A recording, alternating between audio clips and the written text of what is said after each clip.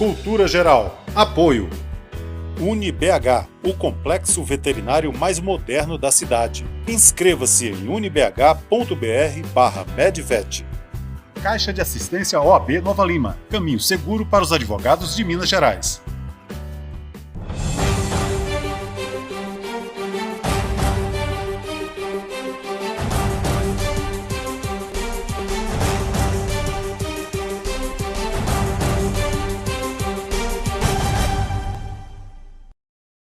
Olá, sejam todos muito bem-vindos ao Cultura Geral. É sempre um prazer fazer o Cultura Geral aqui na TV Banqueta e na Rádio Cultura de Curitiba. Hoje a gente vai discutir, esse mês, que é o mês das mulheres. Eu acho que é um mês de reflexão, né? E nada melhor do que trazer essas reflexões aqui para a tela da TV Banqueta e nas ondas do rádio aqui em Curitiba, para a gente poder discutir, pensar, debater e nos debruçarmos sobre esse assunto que é tão importante, principalmente nesse momento que a gente está vivendo, né? A pergunta é: feminismo é feminino mesmo? E essa pergunta, quem vai responder para a gente é a Maíra Marcondes Moreira. Ela escreveu esse livro, o livro com esse título. Eu acho que é importante essa linha de pesquisa. Eu acho que é muito importante a gente pensar o feminino e pensar o feminismo também nesse contexto. Já temos discutido aqui com a doutora Thailise Leite, com outras pensadoras também com relação a isso. Ela escreve Crítica ao Feminismo Liberal e nós vamos continuar discutindo isso aqui, né? Doutora Maíra, vou te chamar de doutora, né? Tá vendo? Já muito bem-vinda ao Cultura Geral, é um prazer te receber. Você que é aqui de Belo Horizonte, também trabalha essa perspectiva aí do mundo feminino e traz uma pesquisa muito interessante. Seja muito bem-vindo, é um prazer te receber aqui no Cultura Geral e eu fico muito feliz e muito honrado de você estar aqui, viu? Eu agradeço muito, Ederson, pelo convite. É uma grande alegria também estar com outro mineiro trocando essa figurinha hoje. Maíra, queria te perguntar se o feminismo é feminino mesmo, né? A gente vai com essa pergunta, a gente vai lá para a pauta da doutora Thailise Leite também. A gente consegue viajar um pouquinho naquele estudo também?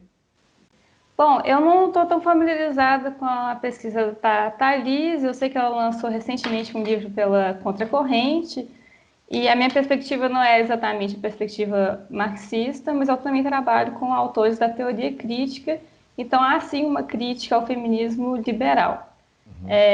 Esse título ele soa muito polêmico, né? Principalmente para quem não está habituado com a temática, e também devido a alguns contratempos que existem dentro do feminismo também, tentar definir o que seria de fato esse feminino. É interessante que é um título que ele causa muitas pessoas, causa até um certo incômodo, né? Do que seria esse feminino, porque já data também de um certo debate que existe desde os anos 70 sobre se haveria um modo político feminino, ou se as mulheres adentrando ao campo da política institucional, elas estariam, de certa forma, fazendo como os homens, ou sendo como os homens. E, para além desse debate, a gente vê que tem todo um embate em torno do que seria consistir essa categoria da mulher. Pode ir. Pode ir? Pode. A gente pode pausar ou não? Pode. Você quer voltar? Tá. Não, é porque eu quero abrir. Eu deixei a porta do armário fechada. Não tem problema não. Posso abrir? Porque eu acho que diminui o ruído. Então, pode abrir.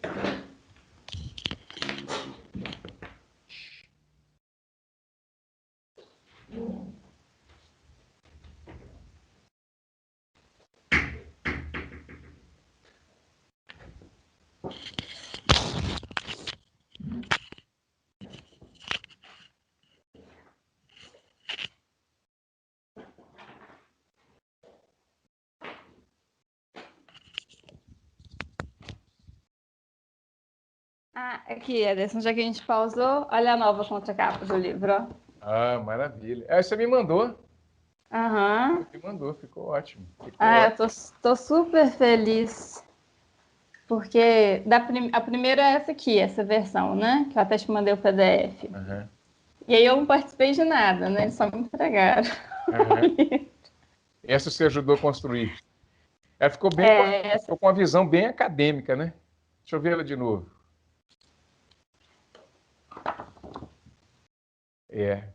Eu achei muito legal, assim. Achei muito legal. A gente pode retomar do começo da pergunta? Pode ser? Pode ser. Eu não lembro onde que eu estava, senão eu vou me perder um pouquinho. Pode voltar. Você lembra a pergunta? Você perguntou, e afinal, o feminismo é feminino? Isso. Então, eu vou fazer a pergunta de novo. Bom, retomando aqui a entrevista, né? Para o recorte da televisão. Doutora Thailise, tá vendo? Te chamei de doutora Thailise. Tá? Ao inconsciente, tá vendo? Ao ato falho, né? Vamos lá, retomando. Tomada 2. Doutora Maíra, tá vendo? Não ia te chamar de doutora, acabei te chamando, tá vendo? O feminismo é feminino mesmo?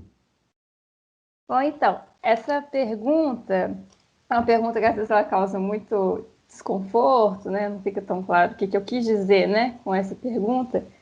E eu escolhi esse título justamente pelas múltiplas interpretações que ele traz, né? Que eu acho que é alguma coisa que, bom, dependendo do leitor, né, ele pode se remeter a um endereço indistinto, aonde que ele vai caminhar a partir dessa questão.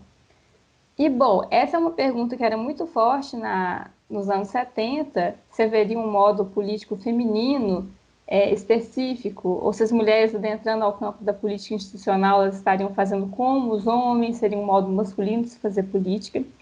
E tem outros paralelos que podem ser feitos a partir dessa questão, porque o feminismo ele se esforça muito em tentar consistir também se haveria de fato uma mulher que fosse capaz de representar todas as mulheres, né? Tentar consistir um certo ideal.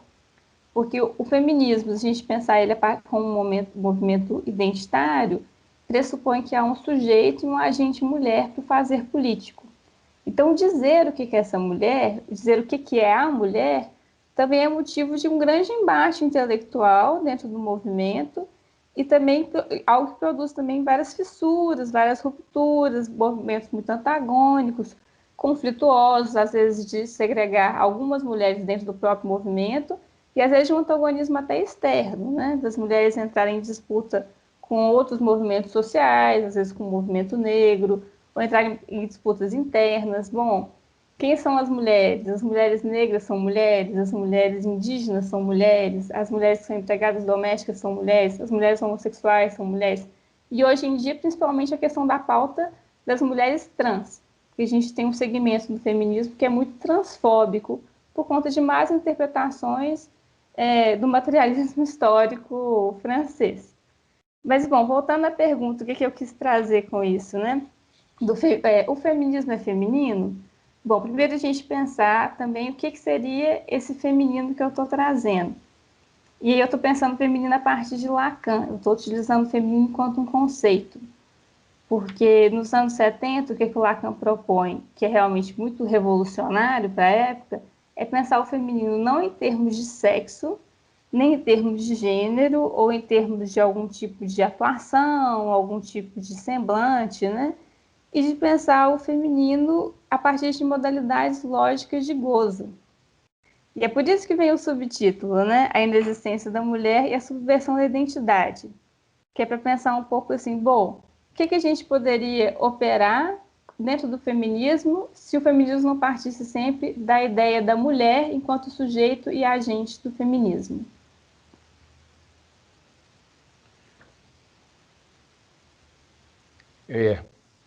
É um desafio, hein, doutor? É um desafio pensar, repensar, construir essa teoria, trazer isso para a discussão, né? Como eu disse, assim, é um desafio. Agora, você poderia mensurar, pelo menos, ou pelo menos tentar mensurar um pouco do tamanho do desafio que foi escrever sobre isso e trazer esse estudo para a literatura?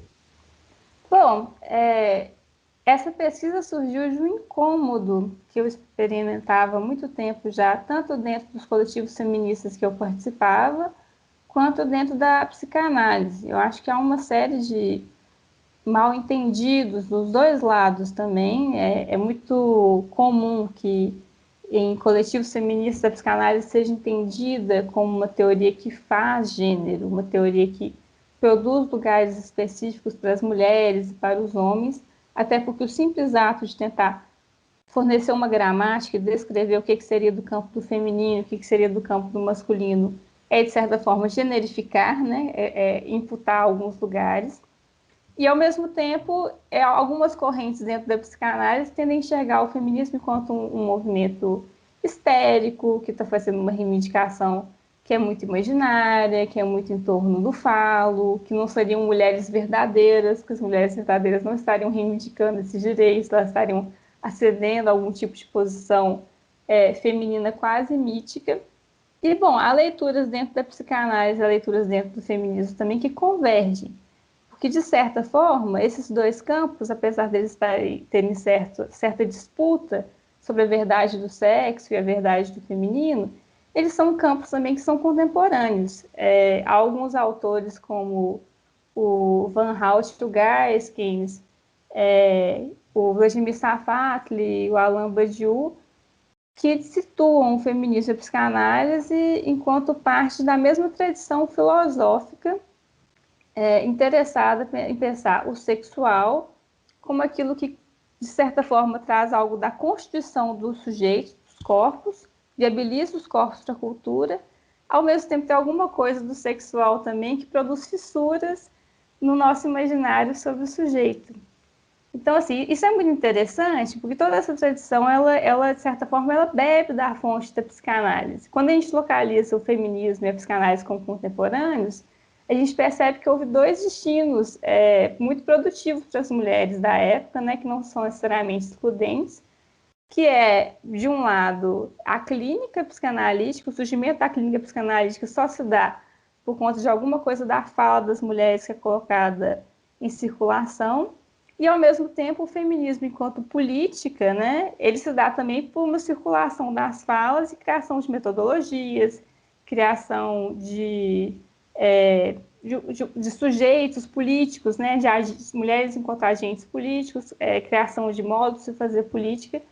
Então, assim, são dois destinos produtivos que marcam um certo mal-estar da época, a partir do século XIX, onde o corpo das mulheres ficou muito sobrepujado, né, onde todo o ideal de feminilidade restringiu muito a vida das mulheres ao privado, ao particular, a todo esse ideal em torno da figura da mãe.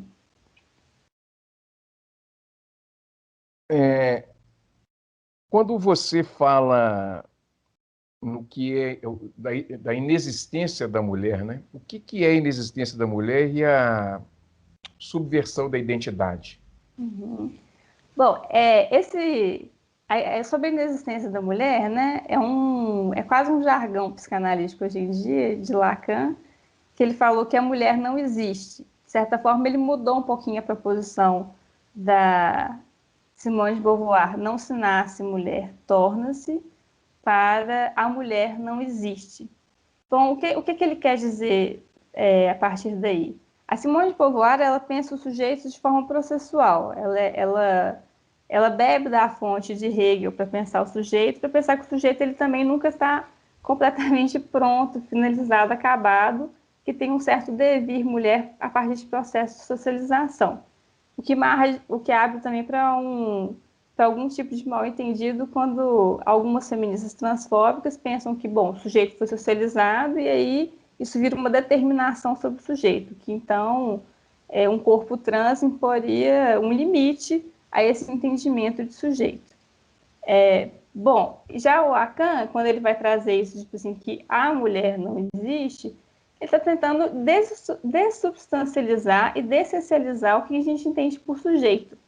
Ele não está falando, tipo assim, as mulheres não existem, os homens existem. Ele não está pensando no sujeito nem em termos de sexo, nem em termos de gênero, quando ele vai falar de modalidades lógicas de gozo. Ele vai falar que existe um certo campo de indeterminação do sujeito que extrapola e escapa todas essas tentativas de determinar o sujeito biologicamente ou socialmente. Então, assim, é interessante essa tentativa de esvaziar um pouco o sujeito de conteúdo e de pensar do que há de indeterminação no sujeito e do que isso pode organizar todo um campo semântico, toda uma gramática e todo um modo de se entender o laço social. E agora, a outra parte do subtítulo da subversão da identidade, eu tomei emprestado de um livro da filósofa Judith Butler, que ela tem um livro que chama Problemas de Gênero, Feminismo e Subversão da Identidade, onde ela vai questionar justamente a necessidade da identidade mulher para se fazer a política feminista. Então, assim, de certa forma, eu vi que havia um certo paralelo, havia alguma coisa que a gente podia traçar e a gente podia pensar, e percebi que com a teoria lacaniana, a gente pode pensar que há modalidades lógicas de gozo por detrás da política e que estão apoiadas na diferença sexual. Quando a Butler vai pensar na questão da subversão da identidade, ela está pensando num componente também que é contrário ao feminismo liberal, porque ela entende que a identidade é o modo como o capitalismo se serve para, de certa forma, exercer algum tipo de dominação sobre os corpos. É interessante para a nossa sociedade que a gente se divida a partir da diferença sexual, que a gente se divida a partir da raça, a gente se divida a partir de classes, e que essas diferenças elas sejam pressuposto básico também para outras formas de exploração e de dominação. Então, ela tenta desarticular esse pressuposto identitário, entendendo também que a identidade é alguma coisa que pode sobrepujar o sujeito. E isso caminha já com a psicanálise também, porque a própria clínica ela oferece uma espécie de desidentificação do sujeito.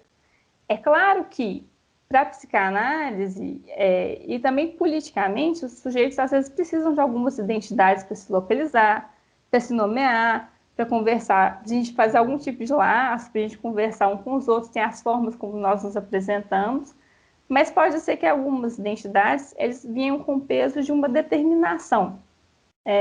Se a gente ficar muito limitado no imaginário do que é ser homem, o que é ser mulher, esse sujeito fica muito enrijecido também dentro das suas possibilidades de existência. E não é só isso, né? Não é simplesmente assim o quanto que isso pode causar algum tipo de sofrimento para o sujeito. Porque a gente sabe também que aqueles corpos que não performam tão bem as identidades tidas como normais são corpos que estão sujeitos à morte violenta. Existe um sequestro aí da subjetividade? O sequestro, como assim?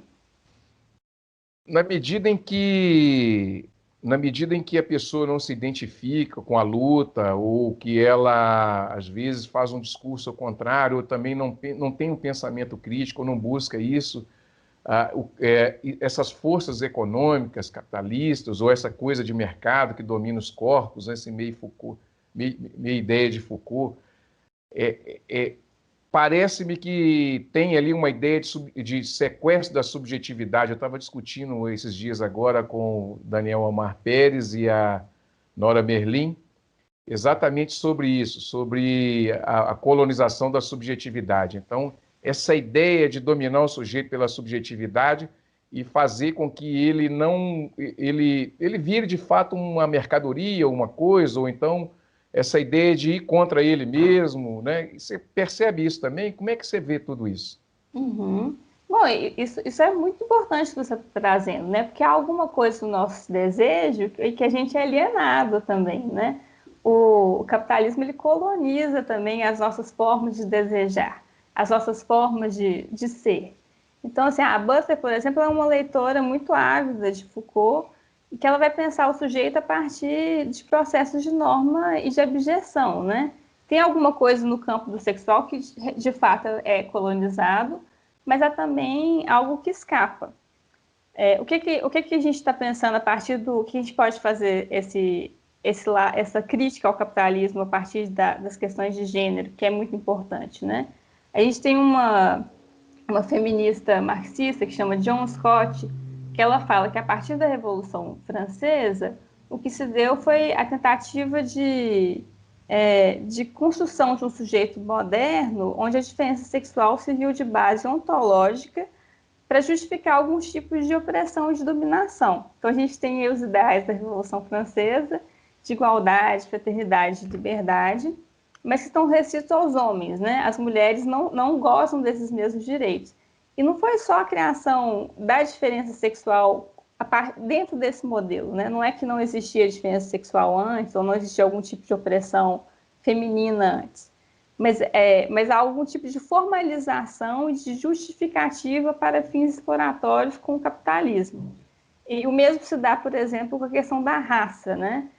Não é que não existia algum tipo de racismo, não é que não existia escravidão, não é que não existiam colônias, mas começa a haver toda uma justificativa também em que essas pessoas, né, que são os colonizados, que são as mulheres, que são os negros, são sujeitos que não logram atingir, de fato, essa abstração universal do humano. Então, por isso, esses sujeitos eles podem ser explorados, né? Isso está completamente de acordo com todo o paradoxo da igualdade que a gente tem até hoje nas democracias liberais. E é interessante assim, que a Butler, como uma boa Foucaultiana, ela vai lá na história da sexualidade do Foucault para pensar justamente essa coisa que haveria um casal, né, que serviu de ideal regulatório sobre todas as outras sexualidades, né, no movimento centrípeto, e depois há um movimento de refluxo das sexualidades abjetas que redescreve também o que seria esse campo de normativo. E a gente vê que isso é importante para a gente definir o que é normal, o que é patológico, o que pode existir, o que não pode existir, o que está sujeito a todos os aparatos jurídicos, policiais, médicos, né? Esses processos até de psicologização às vezes servem muito à lógica capitalista, né? De falar que isso é uma doença, isso não pode existir. Se esse empregado está deprimido, o problema é individual, é dele, não é sobre toda uma produção, né, psíquica que provém desse tipo de regime, desse tipo de relação social que é o capitalismo. Então, assim, o que a Butler vai pensar junto com a diferença sexual é como que isso viabiliza os corpos para a nossa cultura, ou viabiliza o sujeito moderno. E aí, com a psicanálise, a gente pode pensar que é alguma coisa do sexual que também produz fissuras nesse tipo de ficção, e que a gente precisa se dividir sempre a partir desses lugares, a partir dos lugares de homem e de mulher, a partir dos lugares também de branco e de negro, a partir desse tipo de construção, a partir de classes, como se fosse uma sociedade holística, a gente precisa ter toda uma hierarquização de classes, né? Então, assim, é interessante pensar isso um pouco com a crítica ao feminismo liberal, porque senão as pessoas entendem mal o que a Butler está tentando expressar e pensam que ela está defendendo que cada um pode ser do jeito que bem quiser, né? E esse já é o discurso que o capitalismo vende, mesmo que, de certa forma, ele também traz consigo uma certa repressão, né? Porque ele também fornece os imperativos de que todo mundo agora é especial, todo mundo agora deve ser único e singular. Bom, gente, deixa eu fazer um intervalinho. Estamos aqui na TV Banqueta e na Rádio Cultura de Curitiba. Estamos entrevistando a Maíra Moreira, e ela escreveu o livro em que ela questiona, né? Ela deixa uma pergunta no ar: se o feminismo é feminino mesmo, né? Então não saia daí, é um minutinho só, nós estaremos de volta aqui na Rádio Cultura de Curitiba e na TV Banqueta. Um minutinho só. Todos os dias, milhares de pacientes de Nova Lima, Raposo e Rio Acima procuram o Hospital Nossa Senhora de Lourdes para receber atendimento, sendo que 80% deste atendimento é pelo SUS. O Hospital Nossa Senhora de Lourdes é filantrópico e sem fins lucrativos, por isso precisamos de toda a ajuda possível. A sua doação é muito importante para a restauração do telhado do hospital, que é uma das necessidades emergentes. Quando você doa para o Hospital Nossa Senhora de Lourdes, você não estará ajudando somente a restaurar o telhado do hospital, mas também a recuperar milhares de vidas. Quem está lá dentro precisa da ajuda de quem está aqui fora. Você pode doar qualquer valor e, para a sua maior comodidade, a nossa equipe vai até você. Seja um amigo do Hospital Nossa Senhora de Lourdes. Envie a mensagem "Quero doar" para o número que aparece aí no vídeo e saiba como ajudar. Hospital Nossa Senhora de Lourdes. Humanidade, carinho e atenção à vida. Apoio TV Banqueta. A CAP, Casa de Acolhida Padre Eustáquio, trabalha para que crianças, adolescentes e seus acompanhantes tenham amparo e estrutura durante a luta contra o câncer e doenças hematológicas até a sua cura. Com trabalho, empatia, compromisso e transparência, a CAP transforma necessidade em esperança. Faça a diferença na vida das crianças e adolescentes com câncer e doenças hematológicas. Faça parte desta história. Conheça pessoalmente o nosso trabalho. Apoio TV Banqueta. Com fome, fica muito difícil aprender. Por isso, vamos entregar milhares de kits pedagógicos para crianças e jovens e para suas famílias, cestas de alimentos e de material de limpeza. Assim, todos vão estudar protegidos e bem alimentados. Não é fácil, mas com a sua ajuda é possível. Criança Nota 10. Proteger a infância é acreditar no futuro. Apoio TV Banqueta. De volta com Cultura Geral aqui na TV Banqueta e na Rádio Cultura de Curitiba. Nós estamos entrevistando a doutora Maíra Moreira, Marcondes Moreira, né? E a gente está falando um pouquinho desse questionamento que ela deixou no ar, na sua obra, no seu livro, na sua pesquisa. Se o feminismo é feminino mesmo.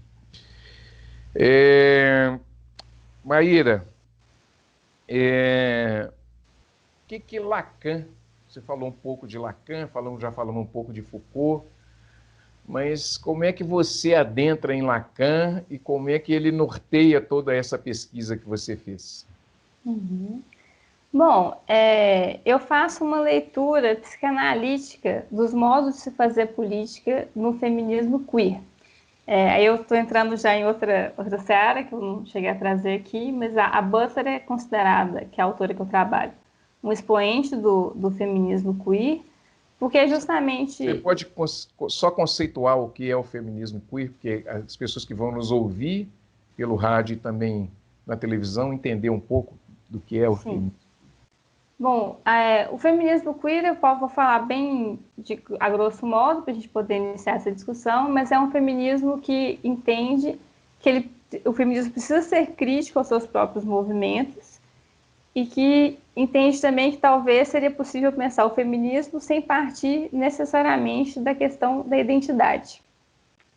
Bom, o que isso significa? Que os modos que nós temos hoje em dia dispostos para se fazer política, eles partem da identidade. Como que a gente faz política hoje em dia? É preciso de uma identidade forte, consistir essa identidade. É preciso a partir da identidade a gente pensa numa unidade, e a partir da unidade, um universal, que serve para todos, tem que servir para além do meu grupo, né? E isso já é um problema, porque o que o Lacan vai trazer com a inexistência da mulher é justamente que inexiste a mulher, inexiste essa potencialidade de dizer totalmente o que é o sujeito. Isso é uma categoria que está sempre vazia, que está sempre incompleta. Na nossa sociedade, a gente se organiza a partir do mito do patriarcado. Então, o que isso significa? Que há uma crença, um imaginário de que, de fato, houve um momento onde havia essa grande figura, né, de um pai que ordenava todos os corpos, que as mulheres tinham esse lugar do cuidado, de ficar dentro até das cavernas. As pessoas tentam remeter a uma história das origens, uma falsa antropologia, porque é um relato não autorizado de alguém que nunca esteve lá, então se tem força de verdade, se reproduz de alguma forma. Mas isso também é um mito. Então, o que o Lacan vai trazer com a questão da diferença sexual na tábua é que isso, de certa forma, ordena os corpos a partir da lógica identitária. Então, haveria um certo imaginário de uma identidade homem, e a partir desse imaginário, dessa identidade de homem, a partir desse pai também, a gente poderia pensar num conjunto de irmãos, na fraternidade, né? Eles gozam de uma certa liberdade de comércio, eles trocam palavras, eles trocam mulheres dentro de todas as questões do parentesco também, e isso, de certa forma, fornece uma gramática para a gente pensar como se faz política hoje. Do lado do feminino, ele vai falar que há uma indeterminação, uma impossibilidade de dizer de fato o que é a mulher. Então, não há do lado da mulher alguma possibilidade de formar essa unidade. O que é possível é formar um conjunto aberto. não se forma um todo, não consegue se formar um universal de uma totalidade. É um universal não todo. Então, assim, isso é interessante para a gente pensar a política, é de pensar que existem modalidades lógicas de gozo apoiadas na diferença sexual por detrás da política.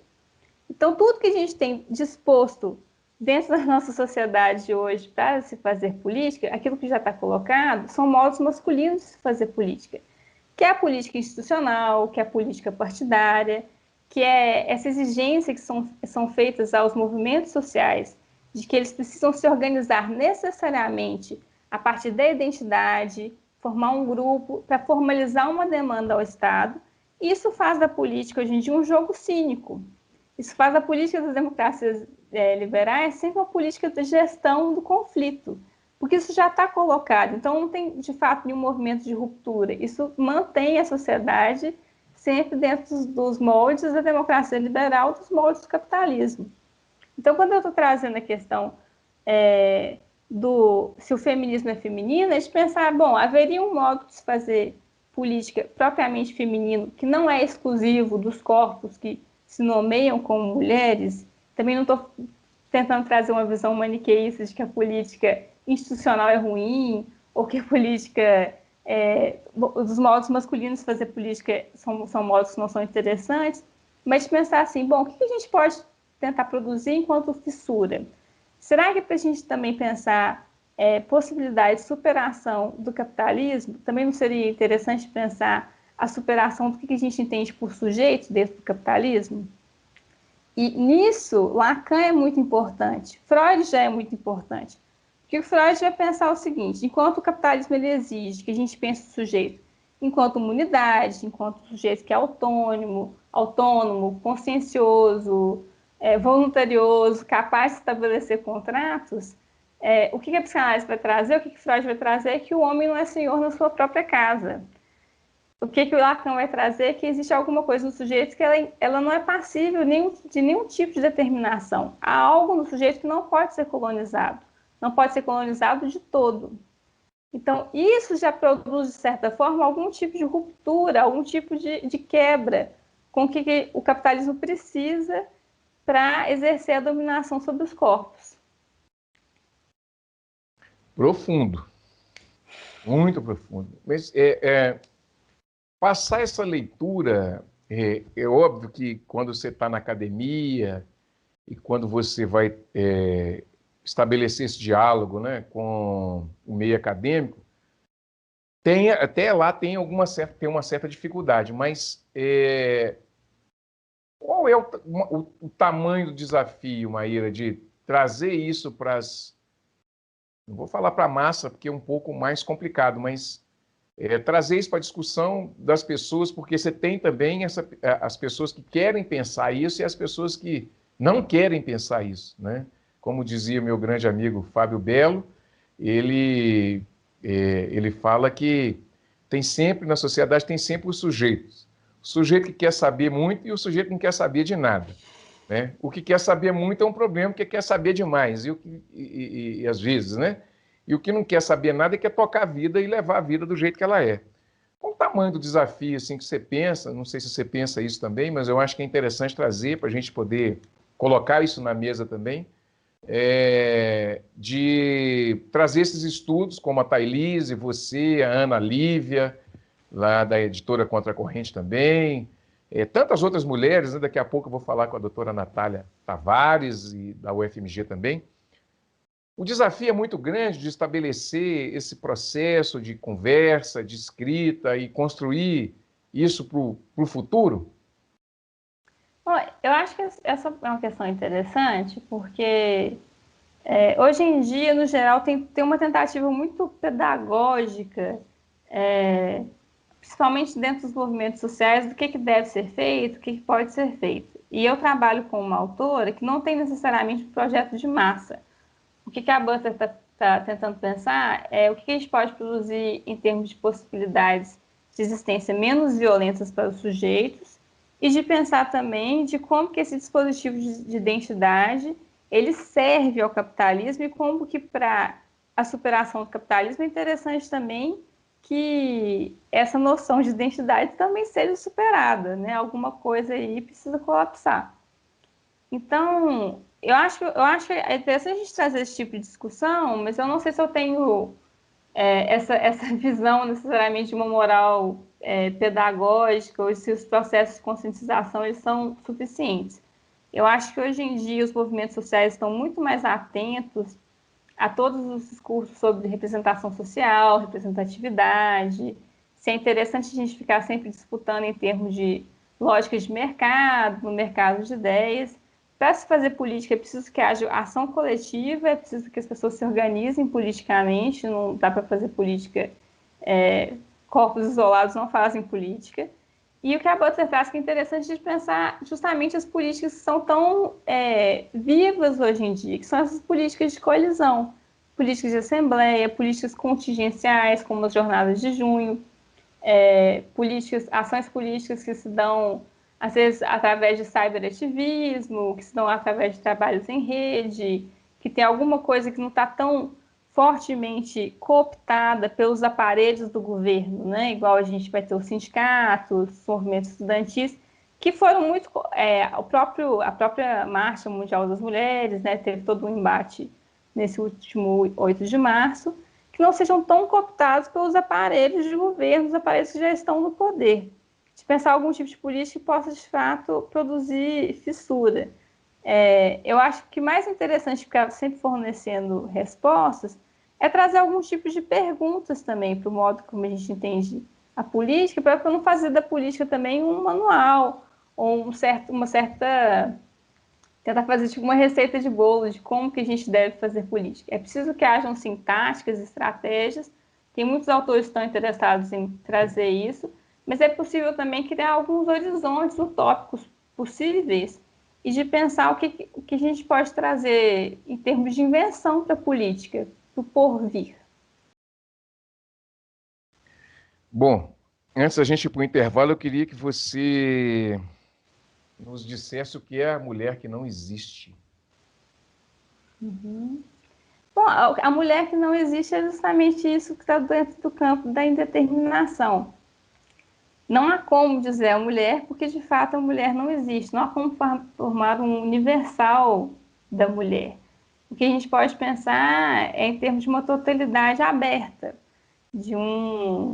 Isso é o que a gente pode aplicar à política, a partir da política que é contingencial, a política em forma de assembleia. Ao invés de fazer um corpo unitário e fechado, como se dão nas políticas identitárias, a gente forma um corpo monstruoso, um corpo que não se faz reconhecer pelo Estado, justamente por sua inumanidade. E isso, de certa forma, isso consegue forçar o Estado a responder de outra forma. Porque a questão toda da gerência do Estado sobre os movimentos sociais precisa ser debatida. A gente acabou de ver... Bom, a gente passou por 16 anos, 14 anos, né, antes do golpe do governo do PT, e foi um governo de forte gestão política, de forte diálogo com os movimentos sociais. A gente consegue ter várias conquistas a partir de toda essa política institucional, mas, de certa forma, também isso não é tão efetivo. A gente viu que facilmente todos esses direitos eles foram perdidos, eles foram novamente disputados. Todos esses direitos, quase todos já foram retirados. E, bom, a gente precisa pensar a política também para além do paradigma da democracia liberal, como se essa fosse a forma última de democracia ou a única que a gente poderia, de fato, experienciar. Então, assim, a aposta é que para a gente experimentar uma democracia plena, talvez seja interessante que a gente não pense o sujeito, o indivíduo, a partir da existência, de que existem homens, existem mulheres, mas a partir de algo que é da inexistência, a partir da indeterminação. Como se daria o laço social se a gente não estivesse tendo que sempre remeter os corpos a partir da diferença não só sexual, mas das outras produções de diferença concomitantes? Ô Maíra, tem uma questão que eu queria colocar aí, eu acho que aí traz também para essa coisa da modernidade, né? E traz essa coisa nessa ideia de Foucault de domínio dos corpos, né? Do Estado, essa ideia de vigiar os corpos e determinar o que os corpos podem fazer, né, traz essa ideia de biopoder, não é isso? Mas eu queria também trazer uma outra questão, que é desafiadora também, que é a questão das corporações hoje, que valem mais do que os estados às vezes. Então, por exemplo, você tem o Google, tem as redes sociais, né, que hoje determina que horário você vai rir, que horário você vai chorar, que horas você vai se revoltar, que horas você vai ficar tranquilo, sabe? Nós percebemos isso muito claramente hoje com o Big Brother, por exemplo, que independente de você acompanhar ou não, as redes sociais interligaram isso a toda a sociedade, com 140 milhões de pessoas assistindo aquilo diariamente, e obviamente que isso vai chegar na massa como um todo. Essa captação, aí também entra o sequestro das pautas, né? E determina ali nesse sequestro o que vai ser dito, o que vai ser falado, e quando você vai perceber, você tem quase que uma agressão virtual, quase não, uma agressão virtual e até perdi a palavra, mas uma revolta das pessoas que estão assistindo contra aquele tipo de pauta, né? Isso tudo também é um truque, né? Eu percebo isso como um truque. Como é que você vê tudo isso e como é que você vê essa ideia de biopoder que já era assim, mas agora está muito mais amplificado entre o Estado e as grandes corporações que sequestram essas pautas, né? E o meio de comunicação não está longe dele, né? Muito pelo contrário, é um dos que mais produzem esse tipo de violência, esse tipo de confusão nas mentes e tal das pessoas. Como é que você percebeu tudo isso e como é que você percebe tudo isso também? Eu acho interessante trazer até uma coisa da psicanálise lacaniana, que o Lacan ele defende que o analista precisa ter uma posição de estimidade frente à sua época, né? A gente precisa estar à altura de nossa época. A gente não, um psicanalista, por exemplo, que nega que existam esses problemas, é um psicanalista que, de certa forma, está muito conservador, mas ele também não deve assumir algum tipo de posição de militância, justamente para não servir de garantia dos ideais burgueses. É isso que o Lacan tenta trazer. Por quê? Porque até os movimentos sociais, até essas pautas são progressistas, são pautas importantes e interessantes para a sociedade, elas podem ser cooptadas. Então, assim, você trouxe um pouco a questão do Big Brother, eu acho que é importante a gente recuperar um pouquinho o Marx para pensar de como que a moral não tem nada a ver com a política. Então, a política não é sobre criar novos códigos de conduta, códigos morais, não é sobre a gente ficar limitado aos atos de fala, de como que nós devemos nos tratar, não seja racista porque não é legal, não seja machista porque é feio, nomear a masculinidade tóxica como se fosse algo patológico. Aí trazendo isso uma coisa, se servindo da psicologia como dispositivo de nomear algum tipo de adoecimento, né? Que é um adoecimento também que talvez é produzido pela própria sociedade. Então, eu acho que é importante a gente recuperar um pouco isso para pensar como os movimentos sociais às vezes se veem cooptados realmente pelo discurso liberal, como que vira uma certa disputa, né? Todo um mercado de ideias. A gente vai ver o movimento antirracista liberal cresceu muito nos últimos anos, a gente vê representantes falando apoiem empresas não racistas. Bom, a ideia é perguntar assim, será que existe uma empresa que não é racista? Eu acho que é quase falar assim, apoie a nossa empresa, que a nossa empresa não é capitalista. São contrassensos, não faz sentido a gente pensar dentro do capitalismo uma empresa que não é racista, que não é machista, né? A gente sabe que toda essa pauta, esse discurso sobre diversidade, representatividade, mulheres no topo, negros no topo, isso não tem uma efetividade de mudança concreta, né? Isso é perfeitamente compatível com aquilo que o capitalismo consegue cooptar e consegue assimilar. Então, assim, eu acho muito interessante, você até falou assim, como que alguma coisa a gente consegue até organizar os nossos movimentos internos de revolta. A gente vê a Netflix produzindo documentários que criticam as redes sociais, criticam a internet, criticam o uso excessivo de celular, e isso é perfeitamente possível. Isso não agride nada, isso não transforma nada, né? É uma revolta muito localizada. Então, assim, para de fato que haja algum tipo de política concreta, é preciso que as pessoas se organizem politicamente. Mas, assim, não é preciso também se organizar simplesmente por se organizar, é preciso se dirigir a alguma coisa, investir nisso de fato. E eu acho interessante a gente precisa tentar, hoje em dia, extrair esse elemento moral da política que fica transformando tudo num grande jogo de disputa, um grande mercado das ideias. Hoje a gente fica disputando tendências, a gente fica disputando teorias, a minha teoria é melhor que a sua, a minha perspectiva é melhor que a sua, o que eu vou trazer agora? A sua perspectiva ela é eurocêntrica. Bom, será que ela é eurocêntrica ou ela serve de autores que são europeus? Porque há uma diferença.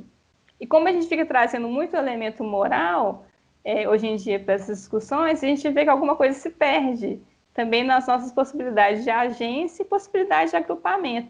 Sejam agrupamentos contingentes ou sejam agrupamentos institucionalizados. Muito bem, deixa eu fazer mais um intervalinho, vou fazer mais um intervalo aqui na Rádio Cultura de Curitiba e na TV Banqueta. Não saia daí, é um minutinho só. A gente está perguntando aqui, nesse programa, o feminismo é feminino mesmo? Essa é a grande pauta de hoje. Eu acho que nesse mês de março, nada melhor do que discutir com uma mulher, com a Maíra, que escreveu esse livro, fez essa pesquisa e tal. Eu acho que todas as fórmulas de discussão, elas são pertinentes e são importantíssimas para a gente. Como dizia o Christian Dunker, ainda bem que ainda tem espaço de fala, né? E falar é suficiente. Não saia daí, é um minutinho só, nós estaremos de volta aqui na TV Banqueta e na Rádio Cultura de Curitiba. Todos os dias, milhares de pacientes de Nova Lima, Raposo e Rio Acima procuram o Hospital Nossa Senhora de Lourdes para receber atendimento, sendo que 80% deste atendimento é pelo SUS. O Hospital Nossa Senhora de Lourdes é filantrópico e sem fins lucrativos, por isso precisamos de toda a ajuda possível. A sua doação é muito importante para a restauração do telhado do hospital, que é uma das necessidades emergentes. Quando você doa para o Hospital Nossa Senhora de Lourdes, você não estará ajudando somente a restaurar o telhado do hospital, mas também a recuperar milhares de vidas. Quem está lá dentro precisa da ajuda de quem está aqui fora. Você pode doar qualquer valor e, para a sua maior comodidade, a nossa equipe vai até você. Seja um amigo do Hospital Nossa Senhora de Lourdes. Envie a mensagem "Quero doar" para o número que aparece aí no vídeo e saiba como ajudar.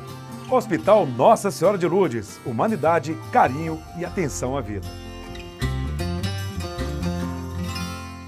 Apoio TV Banqueta. A CAP, Casa de Acolhida Padre Eustáquio, trabalha para que crianças, adolescentes e seus acompanhantes tenham amparo e estrutura durante a luta contra o câncer e doenças hematológicas até a sua cura. Com trabalho, empatia, compromisso e transparência, a CAP transforma necessidade em esperança. Faça a diferença na vida das crianças e adolescentes com câncer e doenças hematológicas. Faça parte desta história. Conheça pessoalmente o nosso trabalho. Apoio TV Banqueta. Com fome, fica muito difícil aprender. Por isso, vamos entregar milhares de kits pedagógicos para crianças e jovens e para suas famílias, cestas de alimentos e de material de limpeza. Assim, todos vão estudar protegidos e bem alimentados. Não é fácil, mas com a sua ajuda é possível. Criança Nota 10. Proteger a infância é acreditar no futuro. Apoio TV Banqueta. Bom, de volta com o programa Cultura Geral aqui na Rádio Cultura de Curitiba e na TV Banqueta. A gente vai para a parte final do programa agora com a Maíra Marcondes Moreira, psicanalista, escritora e batalhadora, pesquisadora. Eu acho que a gente tem, assim, a gente está indo para a parte final, mas é uma pauta que eu não queria acabar, porque isso a gente precisa acabar, né? Maíra, mulher entre o inumano. O que você quis dizer nisso aí? Como é que você traz essa perspectiva do inumano na mulher? Como é que traz isso? Explica isso para a gente. Uhum. Bom, como a gente estava falando até da questão do sujeito moderno, A noção de sujeito moderno é dependente também de toda uma abstração do sujeito, um sujeito universal, que seria um sujeito que mais facilmente encarnado em corpos de homens brancos, heterossexuais, cis. Isso aí a gente até conversou um pouquinho antes sobre a questão da Revolução Francesa e de como que os outros corpos talvez não consigam alcançar ou performar tão bem toda essa noção que a gente tem de humanidade. Então, é interessante a gente pensar de como que a figura da mulher, em várias culturas, em várias leituras de várias culturas, na verdade, muitas vezes é colocado como outro para o qual o homem ele é necessário se distinguir, se diferenciar para seu próprio processo de subjetivação. Então, é algo que a psicanálise também é muito importante, para a gente pensar de como que ficar sempre nesse lugar do inumano não necessariamente produz algum tipo de passividade ou impossibilidade de agência, né? O que a gente poderia agir a partir daquilo que é do campo da indeterminação. Então é isso que eu estou tentando trazer um pouco com a questão do inumano. E isso não serve só para a gente falar das mulheres, a gente pode pensar, por exemplo, a questão queer. Dos sujeitos que, de certa forma, não se apresentam sob nenhuma identidade ou nenhuma identidade que está até então disponível e que tentaram, inclusive, se diferenciar das figuras dos homossexuais de sua época, né? É muito interessante a gente trazer um pouquinho essa questão de como que, às vezes, os movimentos sociais eles tentam, de certa forma, se engajar a partir da figura do humano, né? Nós, mulheres, somos tão boas como os homens, nós, os homossexuais, né, gay, good as you, tão bom quanto você, tentar se aproximar essa figura normativa, essa figura do humano, para conseguir, de fato, aceder aos direitos, como se a política fosse só isso, né? Tipo assim, ficar sempre uma política de acesso aos bens. E é interessante a gente ver, ao mesmo tempo, dentro de vários coletivos, de vários grupos políticos, esse rechaço também, assim, não, eu não quero encarnar essa figura que vocês dizem que eu devo encarnar para, de fato, eu conseguir aceder aos meus direitos e ter direitos. Então, assim, alguns movimentos como, algumas marchas, por exemplo, como a Marcha das Vadias, são marchas que a gente pode entender como marchas que são queer, porque tem alguma coisa muito interessante aí, porque vadia é uma ofensa muito grande e normalmente é colocado como uma justificativa para crimes violentos e crimes sexuais, que aquela mulher ela foi estuprada ou violentada ou sofreu algum tipo de violência por ela não performar tão bem, idealmente, o que deveria ser uma mulher, né? Ela tá muito distante dessa figura do humano e está mais próximo do inumano, daquilo que a gente não suporta que de fato exista. É uma mulher que não se dá o respeito. E por ser uma mulher que não se dá respeito, ela para a sociedade, uma justificativa da violência que ela sofre. Então, quando a Marcha das Vadias reivindica esse lugar, esse tipo de reivindicação é falar assim, bom, é a exigência de um tipo de existência que não está sendo colocada como possível pela sociedade. Porque se as mulheres existirem como vadias, ou se elas forem nomeadas como vadias, isso serve para fins de exploração sexual, isso serve para fins de violência. Então, trazer um pouco dessa questão do inumano é justamente falar o seguinte, bom, será que o corpo ele deve se adequar sempre às expectativas de reconhecimento colocadas pelo Estado? Para conseguir meus direitos, eu preciso me portar de certa forma? Os movimentos sociais eles precisam se organizar de certa forma? Eles precisam fazer política sempre dentro do esperado? Isso não faz a política um jogo cínico? Isso não faz da nossa existência sempre sobredeterminada? A nossa existência está sempre constrangida ao olhar do outro, à vigília do outro, à possibilidade de algum tipo de punição, porque esse corpo não está performando bem o que a gente identifica normal? Nós somos um país que matam muitas, a gente mata muita travesti. A gente é um país, ao mesmo tempo, que consome muita pornografia travesti. Então, tem todas as ambiguidades dentro do nosso país, tem todas essas questões conflituosas de falarem que não existe racismo, ao mesmo tempo que tem todo um genocídio da população negra. não existe machismo, existe uma ideia, tentativa de implementar mamadeira de piroca nas escolas, e ao mesmo tempo a gente vê que os índices de violência doméstica estão só aumentando dentro da pandemia. A justificativa é sempre que o problema é de fora, né? O homem violento ele não está em casa, ele está do lado de fora. E a gente vê que os índices de violência doméstica estão aumentando nos últimos tempos. Então, assim, todas as contradições que a gente encerra na nossa sociedade tem um pouco a ver com isso, de tentar, de certa forma, conformar os corpos em algum lugar e negar que existe algum tipo de violência. Se houve algum tipo de... Se há um genocídio negro hoje, mas ele é porque ele era bandido. Se há algum tipo de violência doméstica, é porque ela não se deu respeito, ou é uma coisa fora da curva. Se aconteceu fora de casa, é porque ela é vadia. Se um homossexual apanha na rua, é porque ele é muito efeminado. Ele também não precisa demonstrar afeto na rua, ele não precisa mostrar quem ele é na rua. Então a gente vê, e o tipo de resposta que vem da política atual é que, bom, a gente talvez deva liberar as armas, que aí talvez todo mundo vai se sentir um pouco mais seguro, né? Então, que é uma resposta em direção à barbárie. Mas o que é interessante de pensar na questão do inumano é isso, de como que esses corpos são mais sujeitos à violência e de como que esses corpos eles estão mais constrangidos, mais determinados a tentarem responder a partir do ideal do que é o normal, do que é o humano, mas como que esses corpos, como que aquilo que há de inumano nos corpos. E isso não é exclusividade das mulheres, nem das minorias sociais. O que há de inumano tem a ver com isso de que há de indeterminado nos corpos. Nenhum homem branco, cis, hétero é tão determinado assim. O que isso pode servir de agência, de movimento de ruptura e de novas possibilidades de entendimento do sujeito e da política. Muito bem, chegamos ao final do programa Cultura Geral com essa pessoa maravilhosa, né? Maíra Marcondes Moreira, minha mais nova amiga, né? Maíra, muito obrigada por essa aula, viu? Eu fico muito feliz e muito satisfeito e honrado também de ter tido a oportunidade de te entrevistar e a gente criar essa interatividade e trazer para o público um estudo, uma pesquisa tão pujante. Eu agradeço muito, Ederson, pelo convite e ter me sentido tão bem acolhida e recebida no seu programa. Eu fiquei muito feliz.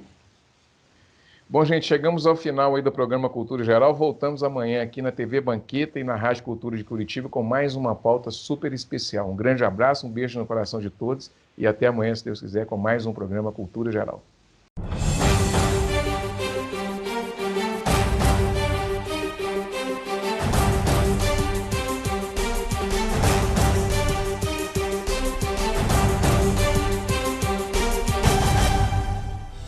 Cultura Geral. Apoio. UniBH, o complexo veterinário mais moderno da cidade. Inscreva-se em unibh.br/medvet. Caixa de Assistência OAB Nova Lima. Caminho seguro para os advogados de Minas Gerais.